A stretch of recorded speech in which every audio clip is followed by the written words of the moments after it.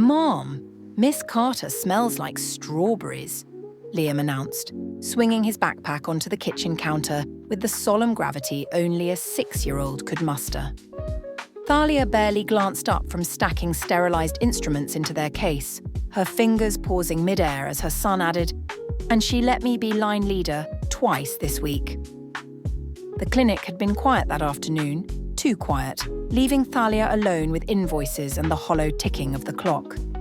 She pressed her thumb against the edge of a scalpel tray, testing its sharpness absently, then stopped. Why did the image of this Miss Carter, probably some doe-eyed woman in pastel cardigans, suddenly feel like an itch she couldn't reach? Liam was already digging through the fridge, his voice muffled by the door. "She said your stethoscope is way cooler than Nurse Becky's."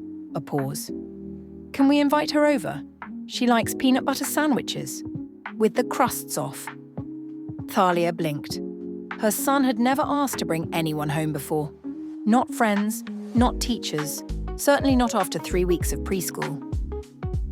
The next morning, Thalia lingered near the classroom door longer than necessary, pretending to adjust Liam's collar while her gaze snagged on the woman kneeling to tie a little girl's shoelaces. Miss Carter's laugh was warm, unhurried, and when she stood, sunlight caught the honey strands of hair escaping her braid. Thalia's mouth went dry. She hadn't expected this. The way the teacher's fingers lingered on the children's shoulders, the quiet confidence in her voice as she guided them to the puzzle corner. It was unbearable. It was fascinating. Liam tugged her hand. "Mom, you're squeezing." At pickup time, Thalia arrived 20 minutes early, leaning against her Audi with crossed arms until Miss Carter emerged, herding a line of giggling kids. The teacher's eyes widened slightly.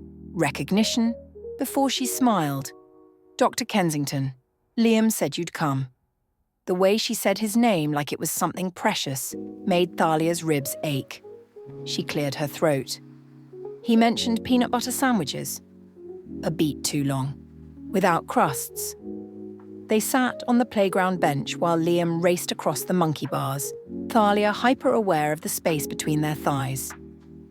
Miss Carter, call me Elise, peeled a clementine with careful fingers, offering a segment, the citrus scent mixed with that strawberry shampoo, dizzying.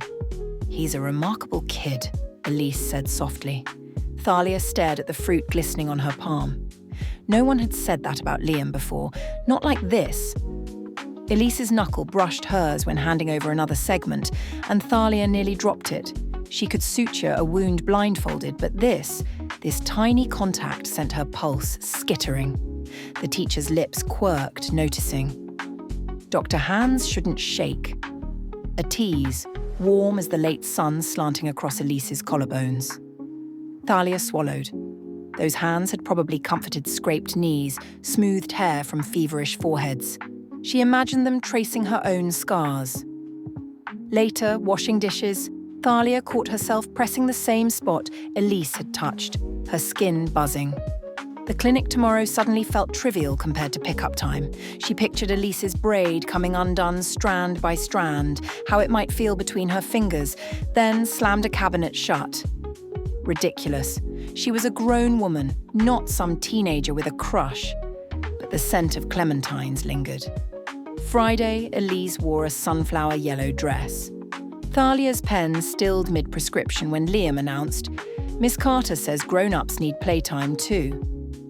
That evening, she stood outside the preschool gate clutching a picnic basket. Elise emerged, laughing at the absurdity of sandwiches at sunset. "You actually cut the crusts." Thalia shrugged, but her chest burned when Elise's pinky hooked briefly around hers as they walked. Not holding hands, not yet, just almost.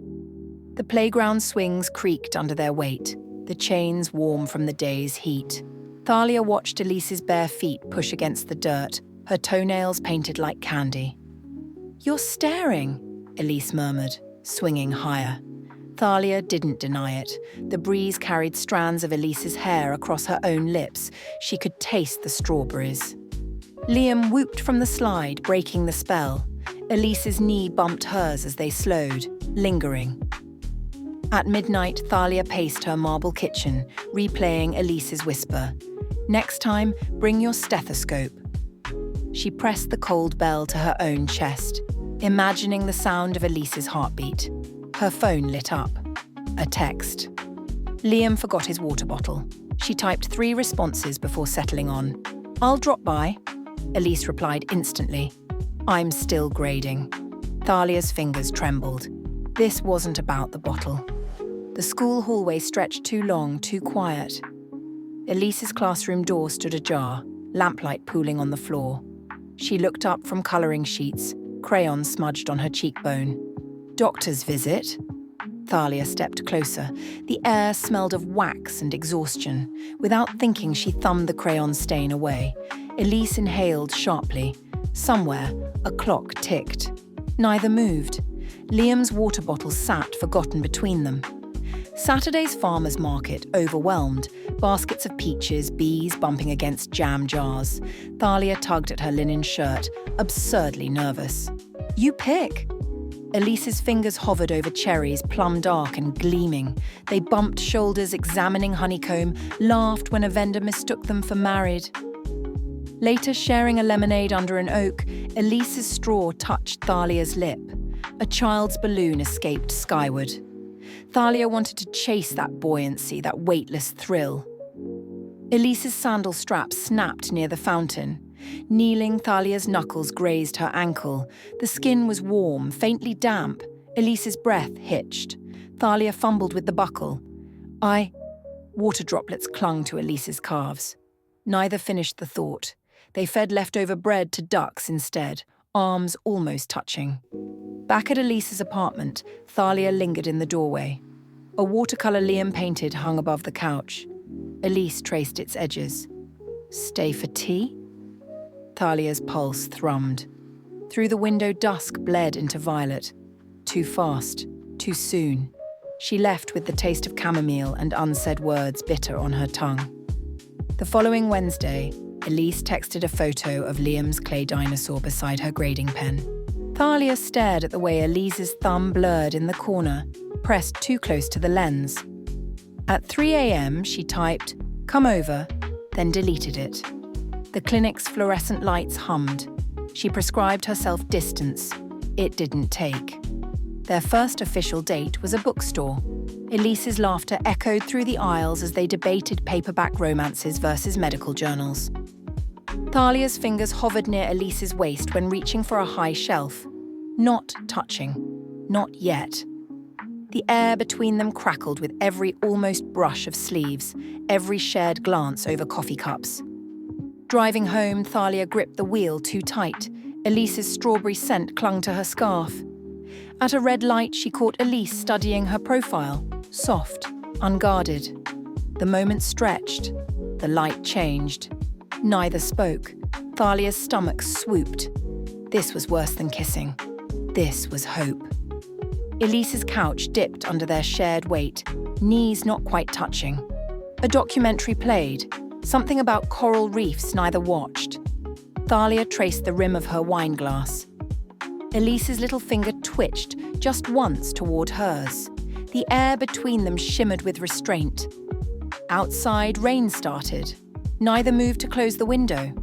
Sunday morning, Thalia found Elise at her doorstep, holding 2 steaming cups. "You forgot your jacket." A lie. Thalia's leather coat hung neatly in her closet. Elise's pyjama pants pooled over bare feet. The steam curled between them. Thalia took the coffee. Their fingers brushed. The heat of it scalded deeper than the drink. Liam's voice shattered the moment. "Miss Carter!" As he barreled past Thalia's legs. Elise crouched to catch him, her smile tilting up at Thalia. Over his head, their eyes locked. Something unspoken passed. A promise. A question. The coffee cups trembled. Not yet, but soon. They wound through the botanical gardens on Tuesday, Elise's shoulder brushing Thalia's arm whenever they paused to examine orchids. The humidity curled Elise's hair at her temples. Thalia resisted the urge to tuck it behind her ear. Instead, she pointed to a butterfly. "Morphopallides," she murmured. Elise's gaze lingered on her lips. Say that again. Thalia did. The air between them thickened. At the jazz club that weekend, Elise slid into the booth too close, their thighs aligned under the table. Every note from the saxophone seemed to vibrate through Thalia's ribs. Elise leaned in to whisper a comment about the trumpeter, her breath hot on Thalia's neck. The set ended. They stood. Elise's hand found the small of Thalia's back, just for a second, guiding her through the crowd. The ghost of that touch burned through the drive home. Wednesday's rain trapped them in Thalia's kitchen, elbows deep in cookie dough. Flour dusted Elise's collarbones. Thalia's fingers itched to wipe it away. Liam crashed into the room demanding sprinkles. They laughed, shoulders bumping, and when Elise licked icing from her thumb, Thalia's knees went weak. Still, she didn't reach. Not yet. The timer dinged. The cookies burned. Neither noticed. That night, Elise sent a text. "I dreamt you stitched my name into your skin."